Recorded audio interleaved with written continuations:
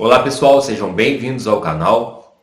Eu vou começar uma série desde o começo, pegando tudo que eu considero importante, desde o que é dinheiro até a gente começar de fato a ver sobre investimentos, o que são investimentos, como escolher o melhor investimento. Então eu vou pegar o dinheiro, inflação, siglas, orçamento, vou passando por tudo até a gente conseguir tomar a melhor decisão sobre o investimento. Primeiro, é preciso entender o que é dinheiro e como ele funciona, para depois a gente começar a investir. Então, o que é dinheiro? Dinheiro nada mais é do que um meio de troca. Segundo o Yuval Harari, dinheiro é a única história em que todos acreditam, né? Tem gente que acredita em Estado, tem gente que acredita que não, tem gente que acredita em Deus, tem gente que não, tem gente que acredita que a Terra é plana, né? Mas todo mundo acredita no dinheiro. Você não vai dar 100 reais para a pessoa e falar, não acredito que 100 reais é 100 reais, vai rasgar. Todo mundo acredita no dinheiro, né? E como que surgiu o dinheiro? Ele surgiu com a necessidade de facilitar o nosso meio de troca, que antes era pelo escambo. Só que no escambo é muito difícil, porque vamos supor que eu sou um pescador, então eu tenho peixes, né? Eu pesquei um peixe para mim e eu consegui pescar mais de um e eu quero trocar esses peixes, e eu quero trocar por carne de porco. Aí eu acho alguém que tem porco que quer me vender a carne, só que ele não quer peixe, ele quer maçã. Então eu tenho que achar alguém que tem maçãs para me trocar por peixe, para depois pegar essa maçã e trocar pela carne de porco. Pode ser que essa pessoa também não queira peixe, ela queira cereal. Então eu tenho que achar alguém que quer trocar cereal por peixe, para depois trocar o cereal por maçã, e até eu conseguir chegar na carne de porco. É muito difícil. Então o dinheiro surgiu como um meio de facilitar essa troca de mercadorias. E o dinheiro já foi várias coisas ao longo do tempo. Desde conchas, né? Algumas civilizações usaram conchas, civilizações mais afastadas do mar, né? Então elas trocavam itens por concha. E essas conchas podiam ser umas conchas bonitas, grandes, que elas deixavam em casa, né? Elas viam algum valor nisso. Então, eu troco aqui minha carne de porco, mas eu quero uma concha grande, vermelha. Descrevia uma concha e trocava naquilo. Depois foi prata, ouro e em alguns lugares cigarro. Na cadeia, por exemplo, quem não tem dinheiro pode trocar o cigarro. Então, às vezes o cara não tem dinheiro ali para comprar cigarro, ele troca, não, eu lavo a sua roupa e você me dá o cigarro. Então acaba com o cigarro na cadeia, ele é o meio de troca. Então, dinheiro nada mais é do que um meio de troca. Mas por que a gente foi para a prata e para o ouro? Se a gente pegar a tabela periódica e olhar na natureza, não tem muitas opções além da prata e do ouro. Porque pensa, eu preciso de algo que dê para transportar e que seja fácil de trocar. Como que eu vou transportar, por exemplo, um nitrogênio? Como que eu vou fazer essa troca? Eu vou engarrafar ele, o que é muito difícil, o nitrogênio líquido ele é muito gelado. Então ele seria um gás. E como é que eu vou pagar isso? Esse frasco pode cair, quebrar, e aí eu perdi. Na hora de eu passar para a pessoa, como é que eu vou passar a quantidade certa? Então não tem como. Se a gente for eliminando todos, vai acabar sobrando os metais. E dentre eles, o ouro e a prata, com o tempo, eles conseguem manter as características. Porque o cobre ele vai ficando meio esverdeado, ele vai mudando a coloração dele. O randônio também escurece. O urânio é radioativo, né? Você não vai andar com um pedaço de urânio no bolso que vai te dar câncer. Então, só poderia ser mesmo o ouro e a prata. E eles são materiais escassos, né? Então eles têm valores, eles podem fazer joias. Até mesmo civilizações que não viam ele como dinheiro, usavam o ouro. Os maias guardavam o ouro porque ele era o suor do sol e as lágrimas da lua era a prata. Então tinha um valor nisso para eles, eles faziam joias. Então o ouro e a prata desde sempre, eles são valorizados por serem escassos e por manterem suas características. Mas esses metais eles têm um problema, que é o transporte. Transportar pequenas quantidades é até fácil, mas imagina transportar vários quilos de ouro, vários quilos de prata. É muito complicado, é pesado, né? O ouro, pouca concentração de ouro tem um peso muito grande. E também para dar troco é muito difícil. Porque pensa que 1 grama de ouro vale 300 reais. E eu quero comprar um pão, que vale R$ 1. Então eu tenho que pegar essa grama e dividir ela por 300, que vai dar quase nada. Como é que eu vou dividir isso e voltar para o padeiro? Provavelmente ele vai perder isso. E como que ele vai saber que esse ouro é verdadeiro? Para ele fazer isso, ele precisa de fazer por amostragem, né? Ele não consegue saber se toda aquela quantidade de ouro é verdadeira e um pedaço desse ouro vai ser destruído nesse processo. Então, tem esses problemas. E por isso que as civilizações antigas criaram moedas, porque eram mais fáceis de transportar, de dar o troco.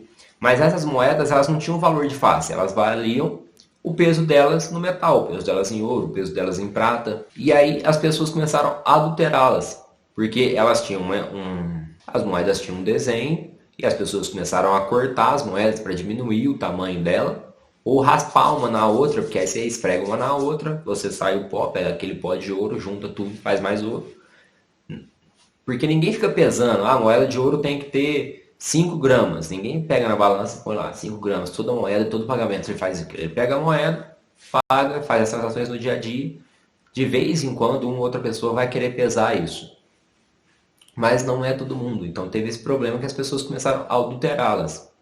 Então, os governadores decidiram colocar uma borda nas moedas. Então, não tinha como você recortar mais o desenho, porque tinha aquela borda. Ainda dava para esfregar e perder um pouco daquele valor. Quem começou a adulterar também foram os próprios governantes, que eles tinham a necessidade de aumentar o gasto, mas não conseguem aumentar tanto a extração de prata e de ouro. E aí, eles precisavam aumentar esse gasto para bancar custos com guerras, por exemplo. Em Roma, que vivia guerreando, foi um império gigantesco, ela tinha que proteger as fronteiras, eles gastavam muito, e aí, para poder aumentar esse gasto, eles começaram a diminuir as moedas. E os comerciantes viram que começaram a ter mais moedas na economia e isso começou a gerar uma inflação. Aí ele falou, não, então diminuir a moeda não dá. Vamos manter o mesmo tamanho, mas vamos pôr um pouco de cobre. O cobre ele vai mudando a coloração. Então, de novo, isso gerou inflação. Até que chegou um imperador de Roma que chamava Diocleciano e falou, bom, se eu diminuir a moeda, tem inflação. Se eu adulterar a quantidade de prata ou de ouro na moeda com outro metal, também tem inflação. Então tem um jeito fácil de resolver isso. E aí ele foi lá e fez o edito dos preços, que era o tabelamento dos preços. Então a moeda era o denário, ele decidiu lá que o leite só pode ser vendido a 1 denário. E aí o camponês que vendia o leite dele falou, bom, para mim manter meus escravos, que naquela época a mão de obra era escrava, falou, para mim manter meus escravos, para mim manter, comprar ração, feno para as vacas, eu gasto mais de 1 denário por litro. Então não compensa eu vender 1 litro de leite por 1 denário. Vou começar a vender queijo, transformar esse leite em queijo, e aí o queijo não está tabelado, eu posso vender do preço que me der um lucro. E foi isso que eles começaram a fazer. E aí o Diocleciano foi lá e tabelou o preço do queijo. E aí eles viram isso e começaram a fazer iogurte. Então já não tem mais leite, não tem mais queijo na economia, só tem iogurte. E aí tabelou iogurte. E isso foi acabando com os produtos de Roma. Até um momento que eles tiveram que sair das cidades e voltar para os campos, né, para produzir o próprio alimento para o consumo deles. E foi por isso que o Império Romano foi acabando. Então eles estavam lá, saíram das cidades, voltaram para os campos, produziram seus alimentos, chegavam os bárbaros e falaram, quanto que o Império Romano cobra de imposto? Falou, 20%. Falou, não, então apoia eu aqui que eu cobro só 10%. E aí, Roma caiu. Porque o governo abusou desse privilégio de poder criar a moeda. Ele criou muita moeda, gerou muita inflação, tentou, em vez de acabar com a inflação na raiz, ele tentou congelar os preços, não deu certo e acabou. Bom, se as moedas metálicas não deram certo, tiveram vários problemas. Transportar ouro também tem vários problemas. Então eles precisavam de um novo método de pagamento que suprisse essas dificuldades, que resolvesse esses problemas. E foi aí que surgiram os bancos. Porque eu tinha ouro e eu queria fazer negócio com um comerciante que estava na cidade, só que eu não confiava nele, ele não confiava em mim. E eu não sabia se o ouro que ele ia me pagar a mercadoria ou se eu fosse comprar alguma coisa dele era verdadeiro. Então, por isso que a gente vê no faroeste as pessoas mordendo o ouro, porque o ouro é meio maleável, então tinha que ficar a marca do dente caso ele fosse verdadeiro, senão ele já tinha sido adulterado. Mas eu e esse comerciante tinham um amigo em comum. Então, vamos supor que o Carlos era o nosso amigo em comum. E o Carlos era uma pessoa confiável. Então eu dava meu ouro pro Carlos, e ele acreditava em mim, porque ele confiava em mim que aquele ouro era verdadeiro. E o comerciante também acreditava no Carlos, que o Carlos era uma pessoa de palavra e que aquele ouro era verdadeiro. Então ele emitia para mim um papel falando que eu tinha ouro guardado com ele. Então eu podia pegar esse certificado, pagar o comerciante, e aí ele ia lá e pegava esse certificado e trocava com ouro com o Carlos. E assim surgiu o papel moeda. Por isso que a gente fala que o dinheiro tinha lastro em ouro. Lastro significa troca. Ele podia trocar aquele certificado por ouro ou por prata, né? Pelo metal que estivesse em posse do banco, que viesse essa instituição de confiança. Isso facilitou demais o comércio, porque fica mais fácil você dar troco, fica mais fácil transportar um papel falando que eu tenho 10 quilos de ouro do que realmente transportar os 10 quilos de ouro no bolso. Então, facilitou muito o comércio. E as pessoas começaram a usar esse papel moeda em vez de usar o ouro. E os bancos perceberam isso. Eles falaram, bom, quase ninguém vem aqui trocar o papel pelo ouro. Eu posso começar a fazer empréstimos sem ter mais ouro. Eu uso o ouro dessas pessoas como garantia do empréstimo. Então alguém vem aqui, eu empresto, eu emito esse papel falando que ele tem tanto de ouro aqui comigo e ele vai fazer os seus negócios. E eu fico com os juros, né? Fico com o lucro para mim. Isso foi dando certo, porque nem todo mundo ia tirar o ouro. Então as pessoas começaram a negociar muito esses papéis, os bancos começaram a ganhar muito dinheiro assim. Só que os bancos abusaram disso. E aí eles começaram a emitir muito papel sem ter tanto ouro. E as pessoas começaram a desconfiar que talvez não tivesse tanto ouro assim nos cofres. E elas falaram, bom, aquele banco está meio suspeito, eu vou lá trocar meu certificado. E aí as pessoas começaram a fazer isso, o banco não tinha ouro para todo mundo, aconteceu que o banco faliu. E aí várias pessoas perderam tudo que tinha. Aquele papel do banco A falando, você tem 10 quilos de ouro no seu cofre, não valia mais nada, porque o banco fechou, então aquele ouro não existia, aquele papel não valia mais nada. Só que a Suíça gostou disso. Falou, nossa, essa ideia é legal. Se a gente regular isso, dá para controlar. A gente coloca um limite que os bancos podem emprestar. Eles criaram um sistema de reserva fracionada, que é eu deposito meu dinheiro lá, o meu ouro, eles me dão um papel e eles podem emprestar desde que eles mantenham um percentual em ouro. Fala, então 30%, 40%, 50%, o percentual que eles definirem. Então eu vou lá e deposito meu ouro e eles me... Você depositou de ouro aqui, vale $100. Eles me dão esse papel que vale $100 e eles podem emprestar $50 sem ter mais nada. Eles usam 50% de reserva, né? Porque nem todo mundo vai sacar ao mesmo tempo. E esse sistema foi dando muito certo. Acontece que teve a Primeira Guerra Mundial. E aí os países, de novo, imprimiram muito dinheiro para financiar as guerras. E isso começou a gerar uma inflação muito grande. As pessoas começaram a desconfiar que talvez não tivesse tanto ouro assim. Houve uma corrida aos bancos de novo os bancos quebraram e aí acabou o lastro em ouro. E aí depois da guerra esse lastro voltou e aí teve a Segunda Guerra e acabou de novo. E um pouco antes de acabar a Segunda Guerra, eles já estavam discutindo como que eles iam retomar a economia, porque o dinheiro não valia mais nada. E aí os Estados Unidos, que estava bem, que ele financiou a guerra, ele vendeu para todo mundo, dos aliados, e a guerra não foi no continente deles, então eles estavam com o país inteiro, não precisava ser reconstruído, ele resolveu financiar a Europa para se reconstruir. Então eles propuseram um acordo. Falou, eu vou ter lastro em ouro e vocês vão ter lastro em dólar. E aí, no acordo de Bretton Woods, ficou decidido isso. Esse acordo foi assinado em 1944 e ficou definido que os países teriam lastro em dólar e o dólar teria lastro em ouro. Cada onça Troy, que é uma medida do ouro, valeria $35. E isso durou bastante, de 44 até 71. Só que o ministro da Economia francesa ele disse que os Estados Unidos têm um privilégio exorbitante, que é o dono da moeda mundial. Como todos os países tinham que ter lastro em dólar, eles começaram a negociar em dólar. Então, o mundo começou a negociar em dólar. Então, o dólar teve uma demanda muito alta. Isso dava um privilégio muito grande para os Estados Unidos. Só que, de novo, eles abusaram desse privilégio. E onde eles abusaram? Na Guerra do Vietnã. Eles imprimiram muitos dólares para financiar essa guerra, de modo que as pessoas começaram a perceber. Tem coisa estranha por aí, tem muito dólar. Talvez os Estados Unidos não tenha todo esse ouro. E aí o ministro da Economia da França, que era o Jacques Rueff, resolveu trocar os dólares que ele tinha em reserva por ouro. E aí ele mandou um barco cheio de dólar lá para os Estados Unidos para ele voltar com ouro. Na época ele mandou $150 milhões.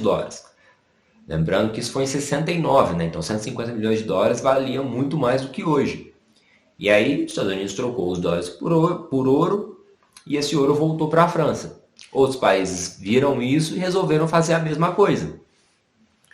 E aí o ouro começou a ser negociado a $40 na Bolsa de Londres. E no acordo de Bretton Woods tinha ficado estabelecido que uma onça Troy valeria $35. Então o que aconteceu foi um trade óbvio. As pessoas trocavam, pegavam o dólar, mandavam para os Estados Unidos, trocavam por ouro, por $35 a onça, e vendia a $40 na Bolsa de Londres. E aí, os Estados Unidos não tinha ouro para todo mundo, é óbvio. Em 71, o presidente Nixon resolveu acabar com o acordo de forma temporária. Segundo ele, para salvar os Estados Unidos de um ataque especulativo. E aí acabou o lastro ouro e desde então a nossa moeda é uma moeda fiduciária. Fidúcia vem da palavra confiança. Então a gente acredita no valor de face da moeda apenas com confiança. Então eu olho para uma nota de R$10 e eu acredito nela que aquilo vale R$10, mas ela não tem mais nenhum lastro. É só na confiança no país, no governo. E uma moeda, ela tem 3 funções, que é unidade de conta, meio de troca e reserva de valor. Sendo a reserva de valor a parte mais importante, porque se ela é reserva de valor, as pessoas vão começar a segurar essas notas e não se desfazer dela com tanta pressa. E aí, se eu tenho aquilo comigo, logo as pessoas vão começar a exigir que o pagamento seja feito nessa moeda. Então, se ela é uma reserva de valor e as pessoas estão fazendo dela um meio de troca, ela já vai virar unidade de conta. E é por isso que a maioria das coisas hoje são negociadas em dólar. Então, o ouro é em dólar, as commodities no geral, petróleo, minério, soja, milho, café, são todas negociadas em dólar. Porque lá atrás as pessoas confiavam muito no dólar e aí ele veio mandando essa confiança até hoje. Agora, o que acontece se a pessoa perde confiança na moeda? Elas simplesmente querem se livrar dela o mais rápido possível. Então, o que a gente vê em períodos hiperinflacionários é isso. É uma perda de confiança na moeda. Então, a pessoa recebe aquilo e ela já quer se desfazer daquilo o mais rápido possível. Então, ela troca pelo maior número de bens que ela conseguir. Isso aconteceu no Brasil. As pessoas recebiam salário, já corria para fazer as compras do supermercado, porque sabia que ia ter mais inflação, ia perder poder de compra. Então, elas queriam se livrar daquela moeda que não valia nada o mais rápido possível. Então, a gente já estabeleceu que o dinheiro é um meio de troca, já estabelecemos as 3 funções da moeda e já falamos um pouco de inflação, né, que foi acontecendo com o passar do tempo. E inflação vai ser o tema do próximo vídeo. Vou deixar um vídeo dedicado a explicar a inflação. Alguns entendem a inflação como aumento generalizado dos preços. Para a escola austríaca, isso é só a consequência. A inflação, na verdade, é aumento da base monetária. Mas este é um assunto que eu vou aprofundar no próximo vídeo. Então por hoje é isso. Muito obrigado. Espero que vocês tenham gostado. Se tiver alguma dúvida, por favor, deixe nos comentários. Até a próxima. Muito obrigado. Tchau, tchau.